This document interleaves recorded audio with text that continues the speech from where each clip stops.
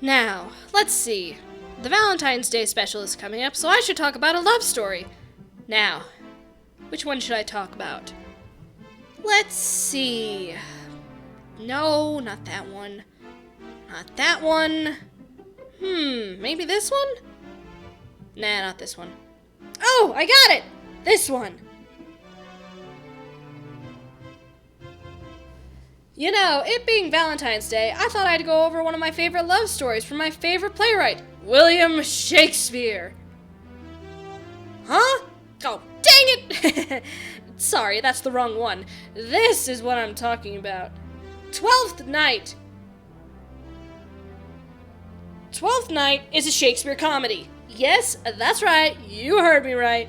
Shakespeare was not just known for his tragedies, but his comedies as well. However, I think many schools don't have you look at Shakespeare comedies because they believe that literature is about death. But there are some teachers out there who believe that literature shouldn't be all about death and permit their students to read a Shakespeare comedy or two. Such was the case with me when I went to high school, but that's a story for another day. Let's get into the presentation section. Hello, and welcome to the presentation section of Twelfth Night. As I have said back at the castle, Twelfth Night is a Shakespeare comedy. Now, here are some things that you should all know about Shakespeare's comedies, as they are all very similar. They usually start with some form of social disorder, which can be in the form of some hilarious event, or something that may cause the play to seem like a tragedy at first. But in the end, instead of everyone dying, they all live happily ever after at the end.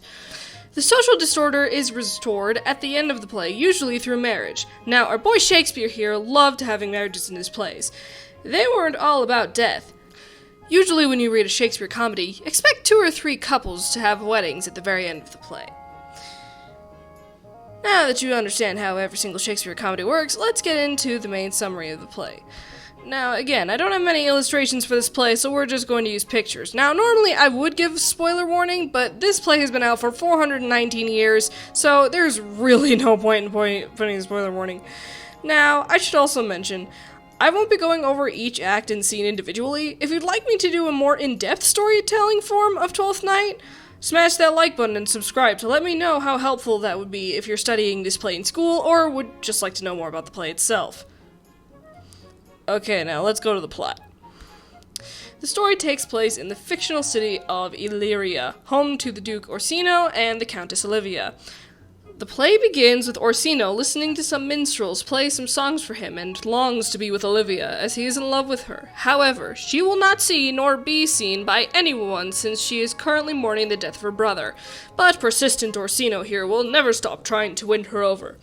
Now let me pause the plot for a moment. You may think this is super cute, right?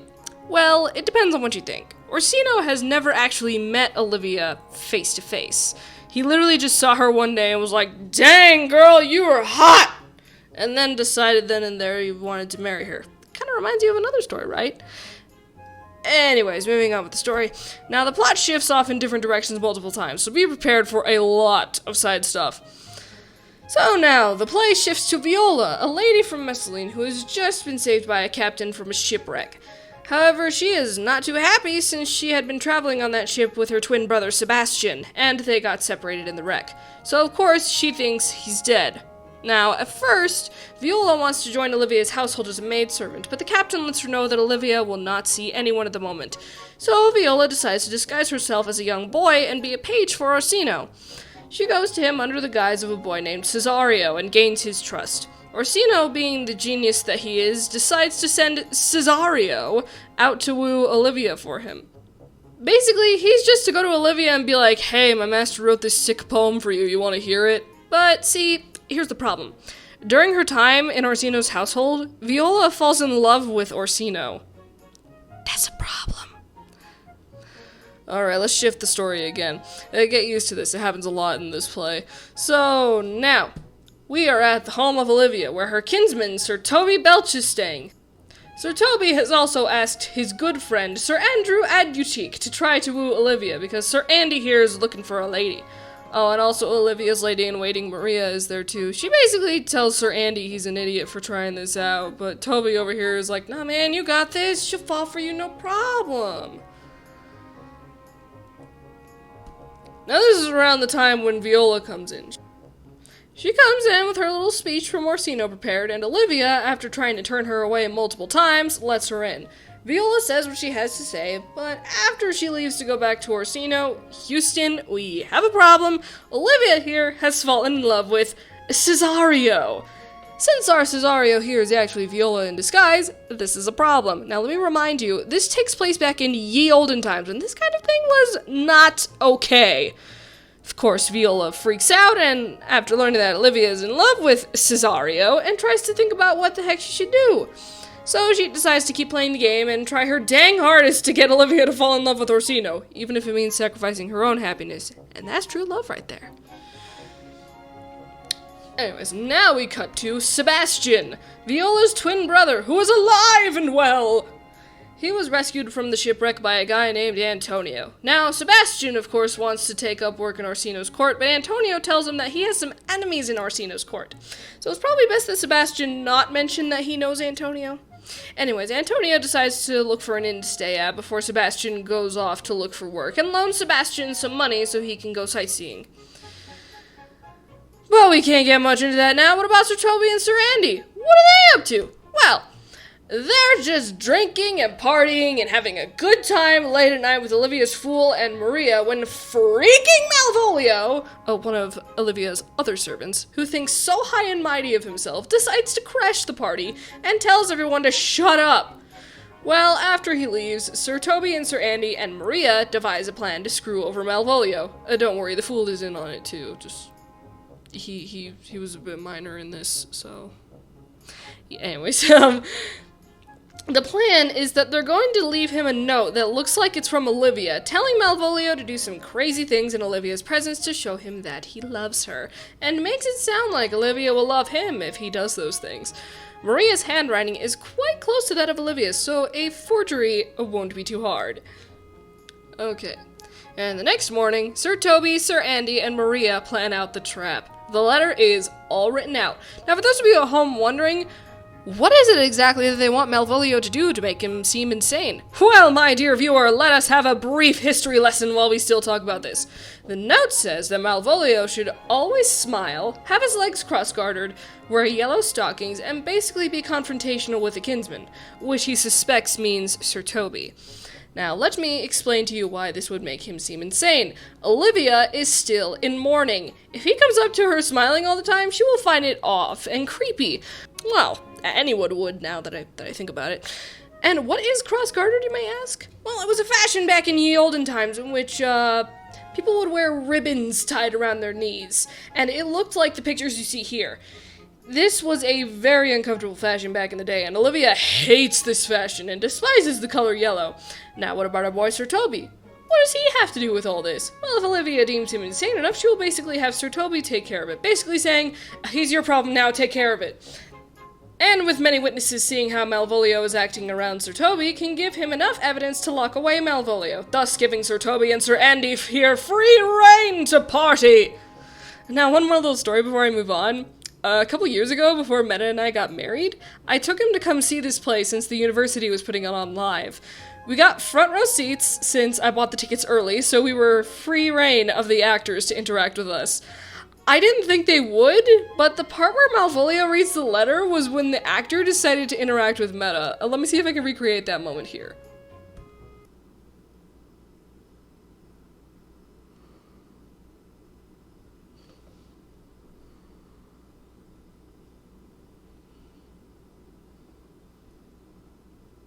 There's a postscript.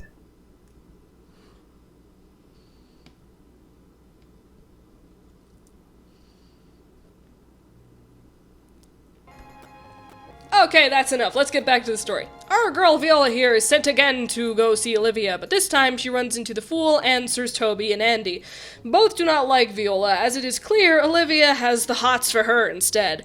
And Olivia even confesses as such to Viola, but Viola, of course, tries to tell Olivia she is not a man, but Olivia doesn't quite understand and continues to try to pursue her. Viola thankfully gets out of the situation and heads back to Orsino's place. Now, Sir Andy is upset and wants to leave, but Sir Toby is like, no, dude, you still got this. You just gotta challenge this boy to a duel. That solves everything. So Sir Andy goes off to write a letter to Viola with the challenge. And now we get to one of the most hilarious parts of the play. Malvolio here has followed every instruction ever, and of course Olivia is very uncomfortable by his behavior and leaves him in the care of Sir Toby, where Sir Toby treats him like a madman and sends him to be locked away in a dark room. Because that'll definitely solve the problem. Then Sir Toby tells Sir Andy it would be better to deliver the challenge in person and force them to duel. So Viola is preparing to fight Sir Andy, and neither of them want to fight. Viola doesn't want to fight because she never really learned, and Sir Andy is just a coward. Thankfully, Antonio is here to save the day and thinks Viola is Sebastian. Please remember, Viola is still disguised as Cesario. Viola, of course, has no idea who the heck Antonio is, and Antonio yells at Viola to give him his money back that he lent to Sebastian, and as he's being dragged away by the officers who are part of Orsino's court. Viola starts to feel hopeful now that she knows that Sebastian is most likely alive. And now let's shift back to Sebastian, who is out minding his own business when he runs into the Fool and Sirs Toby and Andy. They start attacking Sebastian, who has no idea why the heck they're attacking him, and they start fighting. The Fool has gone to get Olivia, who drives Sir Toby and Sir Andy away and confesses her love again to Cesario. In most performances I've seen of this play, Olivia actually kisses Sebastian and then confesses. And I just think it's hilarious how Sebastian was just attacked by two random strangers and then kissed by a very beautiful woman who says she loves him. You cannot imagine how confused he must be right now. He literally thinks he's in a dream, but he wants to keep dreaming. And when Olivia asks to marry him, Sebastian says yes, and they enter a formal betrothal, which usually involves a priest. This is a problem, because Viola knows nothing of these events. Oh yeah, and the Fool gives Malvolio a pen and paper and a candle so he can write a note to Olivia explaining that he's not insane. That happens too. Alright, so it's been a few days and now Orsino is coming over to Olivia's house himself instead of sending someone else to be the messenger, and brings Viola with him. Oh yeah, and they talk with Antonio, and Antonio is still like, "Bro, Sebastian, I just saved your bacon, why you do this to me?" Olivia still says she will not have Orsino. And that is when the bomb is dropped that Cesario is betrothed to Olivia. Orsino is of course upset and starts getting all mad until Sir Andy comes in all hurt and saying that he and Sir Toby picked a fight with Cesario and are all beat up. Viola of course had no part in this, but then Sebastian enters the scene. Literally everyone is confused. Viola reveals herself to Sebastian and they're really happy, and then Olivia realizes that she's very lucky to have run into Sebastian when she did, or she would have been married to a woman, which, again, was not okay back in the day.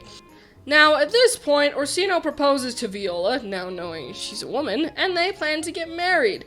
Now, let me pause right here before I finish the story to clear some things up. This isn't like Romeo and Juliet, where the whole thing happened in 3 days. I suspect this happened over a few weeks, or months even. Maybe even 1 week. I don't know. Orsino and Viola got to know each other quite a bit, is the point. Some stage adaptations even imply that Orsino started to fall in love with Cesario, but he didn't know Cesario was actually a woman. It's difficult to tell from the text itself since there's not a lot of emotional cues in the text other than in the spoken words themselves. Who knows? Maybe this was supposed to be like Romeo and Juliet, where it's a love at first sight thing. We may never truly know the full intent. Anyway, so to the ending. So Malvolio sees Olivia and explains everything that happened. He shows Olivia the letter, and Olivia says she didn't write it, and says it looks like Maria's handwriting.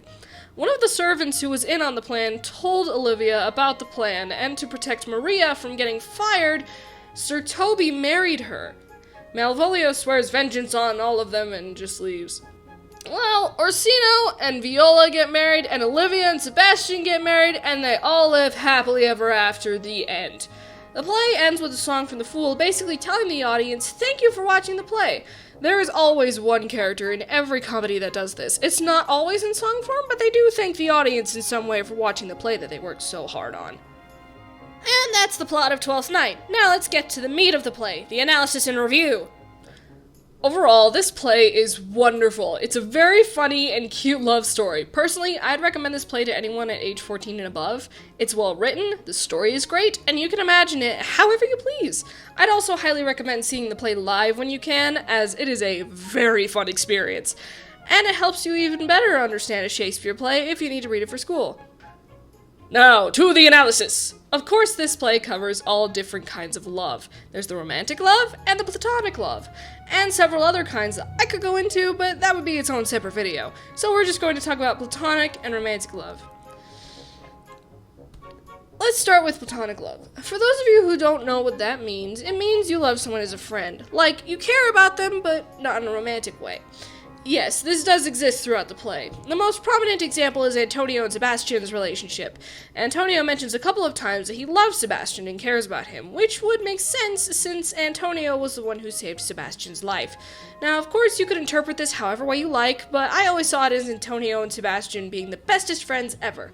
Antonio even trusts Sebastian enough to give him money. Can you imagine the betrayal he felt when he thought his bro Sebastian just said he didn't know him? That would hurt! Okay, that's enough. Let's move to romantic love.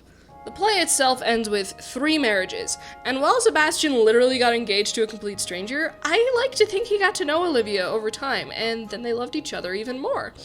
Or not. I don't know. Shakespeare didn't write a sequel to this play, so who knows what happened. Heck, I'm sure some of you could dish out a pretty neat paper about how Sebastian and Olivia's relationship is not going to work. I'd read it. Okay, now let's look at Orsino and Viola's relationship. Like I said in the summary, I suspect that both of them got to know each other quite well while Viola was in disguise. Both were willing to be open with each other. Viola even tried to cryptically tell Orsino her identity, but he didn't quite understand. I'm just glad that they did end up falling in love and getting together in the end, because they're just so cute. Okay, let's get to the stuff that's not about love. Let's get to the interesting stuff. First off, I would like to point out the many references to food. Yes, this happens a lot here.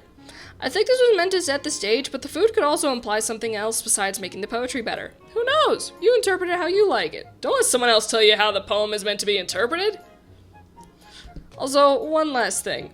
There's a lot about appearance versus reality. Sebastian and Viola, while they are fraternal twins, they look very similar. It's how they kept getting confused. Many adaptations of the play do a very good job at showing how the two are very similar. Even some of the stage adaptations, including the one I saw with Meta, did a good job of making it hard for the audience to distinguish between the two other than voice. It just goes to show that not everything is as it seems. Oh, but dear masters, you've gone on so long talking about the main story. What about Malvolio? Really, what we learned from him is not to be a butt about your status, otherwise someone will find your weakness and nail you hard. Oh, and to always make sure you are reading notes correctly, otherwise people may think you're insane. At least that's what I got from his story. I'm sure you guys could come up with better interpretations than I ever did about this play. That was Twelfth Night, my favorite Shakespeare comedy. I hope every one of you here get the opportunity to read this play or see it on stage, preferably on stage. It's pretty fun. I would like to wish each and every one of you a happy Valentine's Day. While some of you may be out with a significant other or spending your day consuming candy and watching rom-coms, please remember, there's always someone out there who loves you. Now, what I want you to do right now is go up to someone you love and tell them how much you appreciate and care for them. It will really make both you and that person feel good. Now, I should probably get going. Meta says he has a special surprise for me, and I can't wait to see what it is. So, I guess I'll be seeing you guys soon. Happy reading!